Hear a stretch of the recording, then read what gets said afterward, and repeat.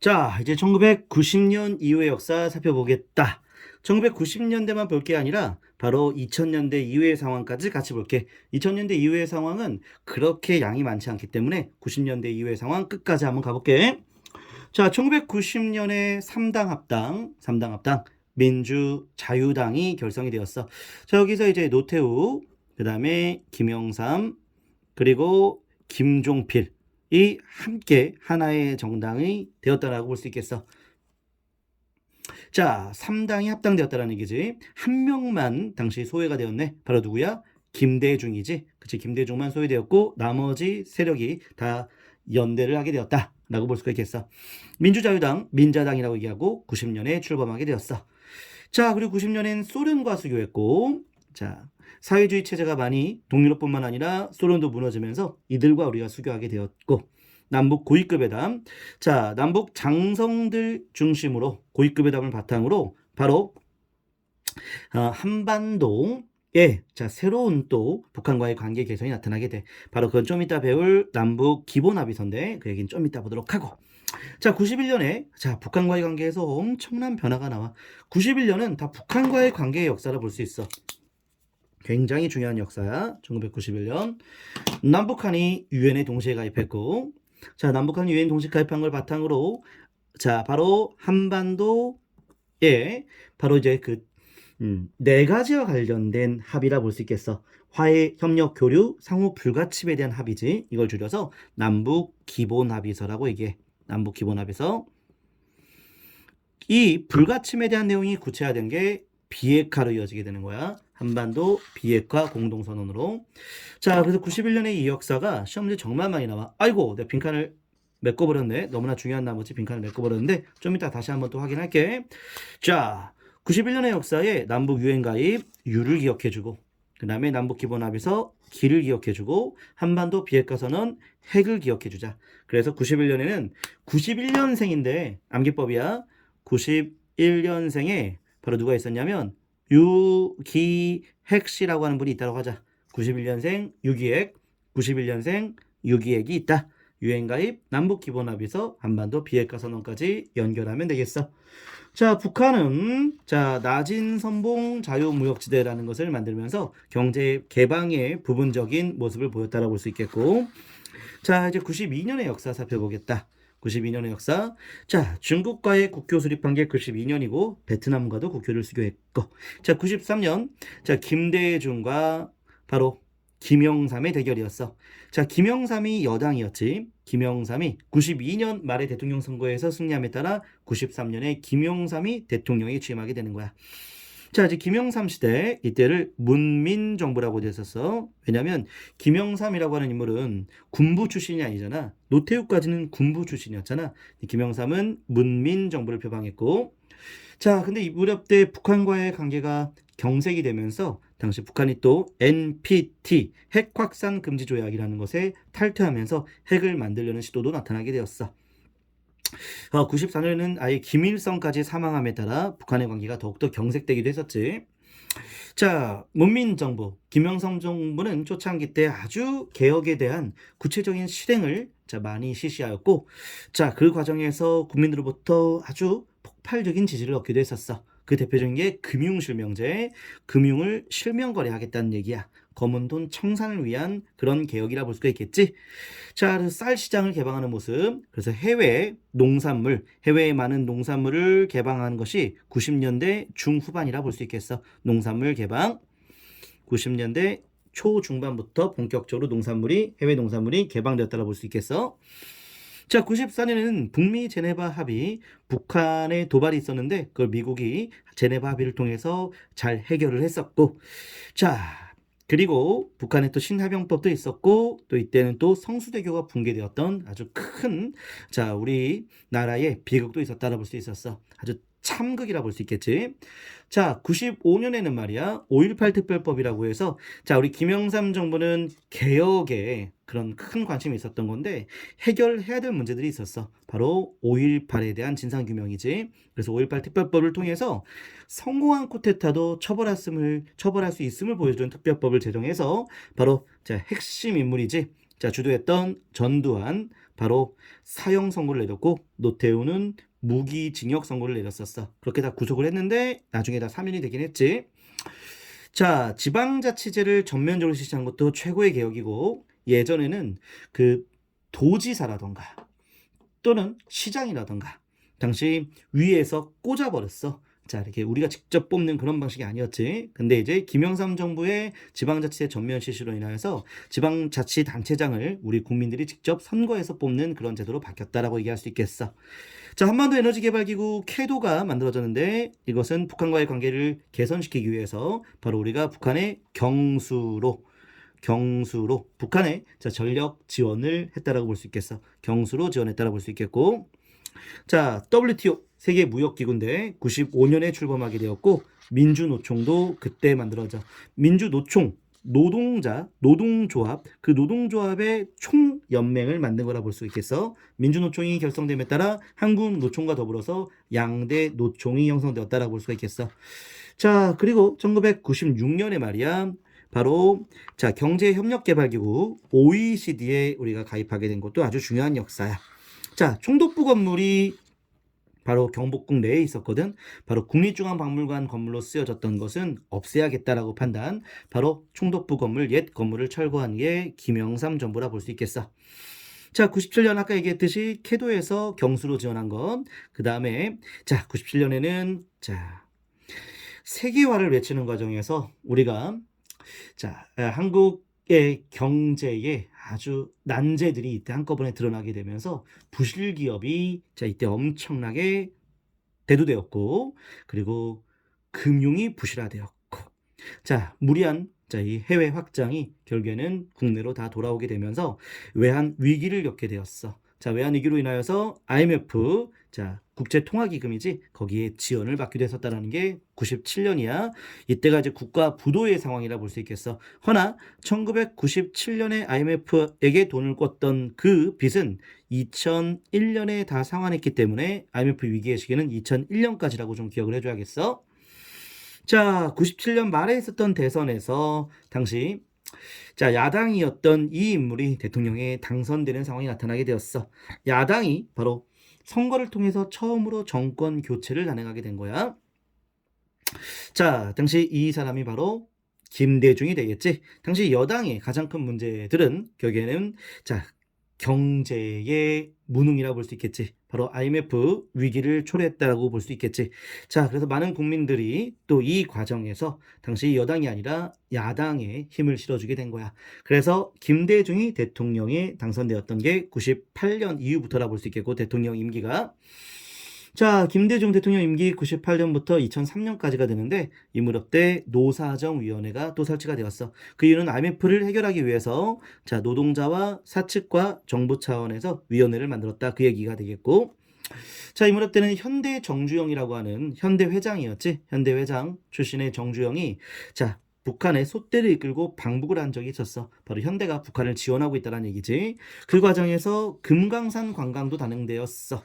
금강산 관광선이 현대 금강호가 첫 추락을 하게 된 건데 이거는 바로 현대가 주도해서 북한과의 관계를 많이 개선하고 있는 모습이 98년이라고 볼 수가 있겠어.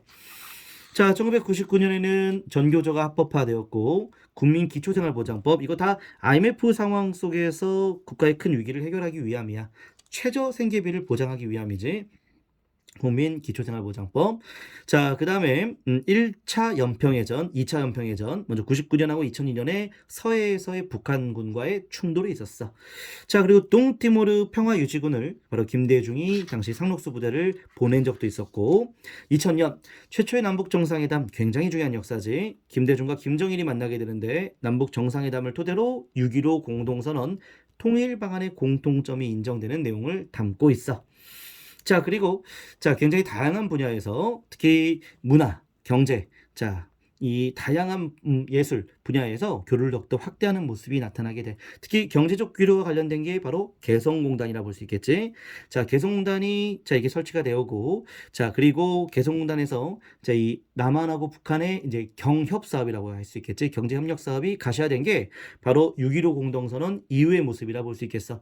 그리고 2002년에는 자, 한일 월드컵이 개최가 되었고, 우리는 세계 4강 진출의 신화를 보이기도 했었다.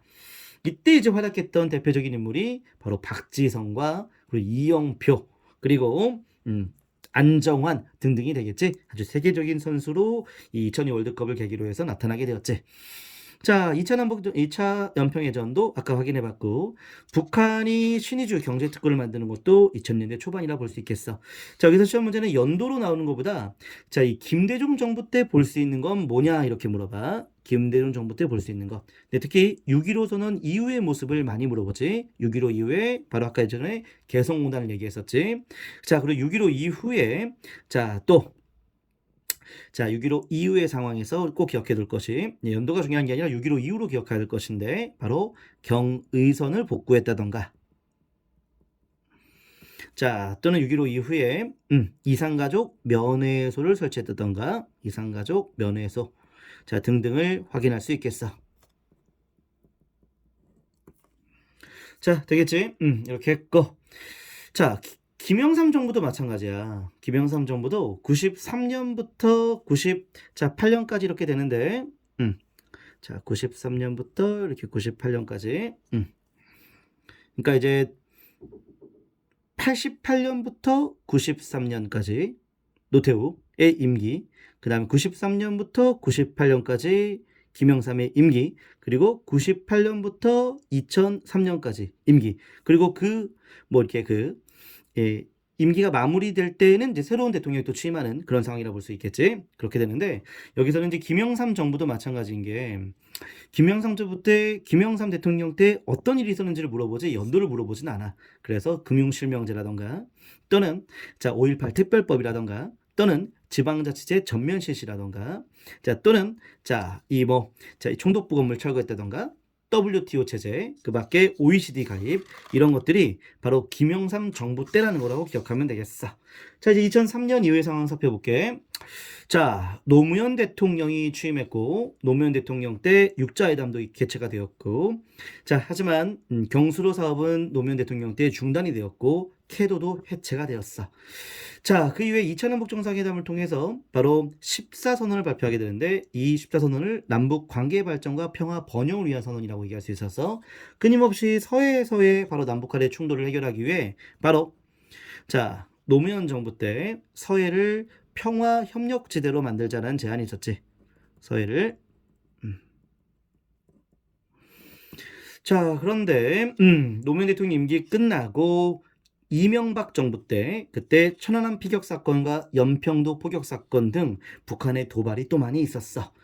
자 그리고 이제 이후에 박근혜 정부는 박근혜 대통령이 자 바로 헌법재판소에서 탄핵되는 그런 현대사회에서 아주 특이한 그런 정치적 사건이 나타나기도 했었고 자, 2018년 당시 이제 문재인 대통령은 4.27 판문점 선언이라고 해서 판문점에서 김정은을 직접 만나기도 했었고 자, 2021년에는 안타깝게도 소방청에서 한국사 시험을 자, 이 정식 과목에서 정식 시험에서 폐지하는 입법 예고를 했다는 건데 시험에 당연히 안 나오겠지만 나는 이건 굉장히 비극적인 사건이라 생각하기 때문에 이렇게 집어넣은 거야.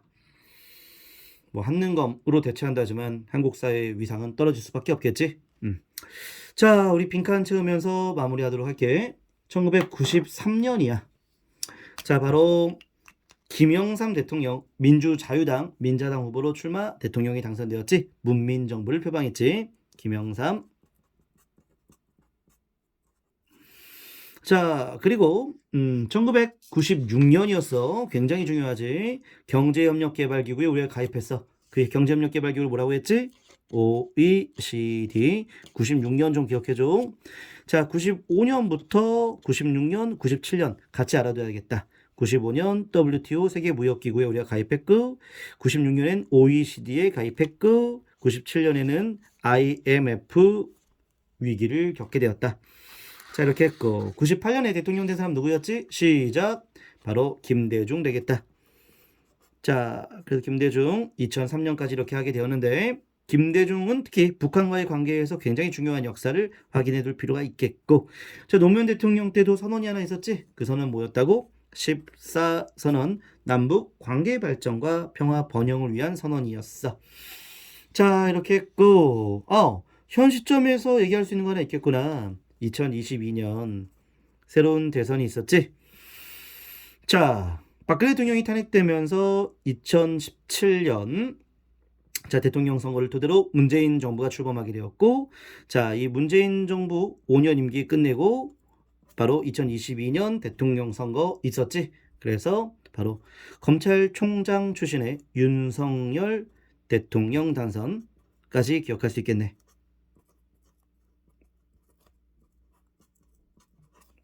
자, 이렇게 해서 2022년 현 시점까지 확인해 봤는데, 자, 이렇게 마무리를 하도록 하자. 마무리하는 데 있어서 소감 몇 마디만 좀 하고 마치도록 할게.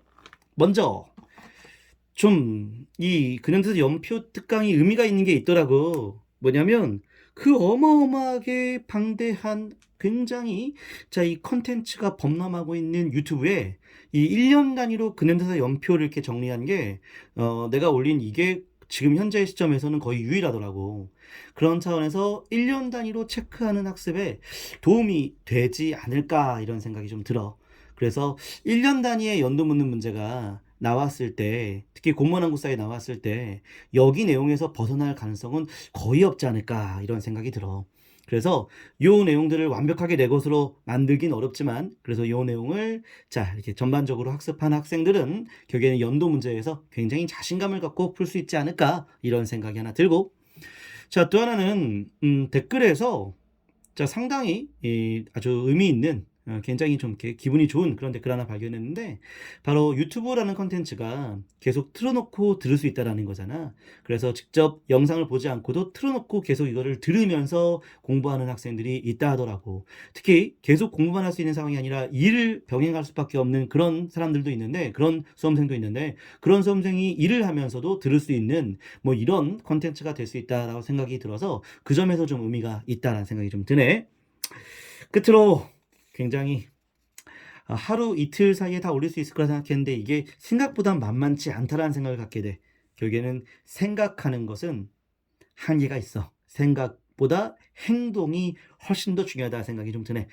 좀 시간이 걸렸지만 그래도 1년 단위 연도 체크 나름대로 하나씩 하나씩 꼬박꼬박 열심히 이렇게 다뤄보려고 노력했는데 도움이 좀 됐으면 좋겠고, 앞으로 이 랩규 박영규의 유튜브 컨텐츠는 흥미보다는 내 삶에, 특히 공무원 시험에 실제적인 도움이 되는 그런 컨텐츠로 좀 특히 정규 수업 때 진행하지 못한 보충 학습의 용도로 좀 활용해 보려고 해.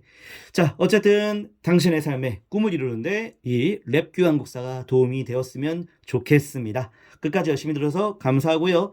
자, 그리고 혹시나 이 연도가 시험지에 나왔다면 그것은 좀 댓글에다가 달아주시고요. 혹시나 이 연도가 나올 것 같다 싶은 것도 댓글에 달아주시면 제가 하나하나 꼼꼼하게 읽어보도록 하겠습니다. 예, 수고하셨고요. 다음 컨텐츠에서 만나요.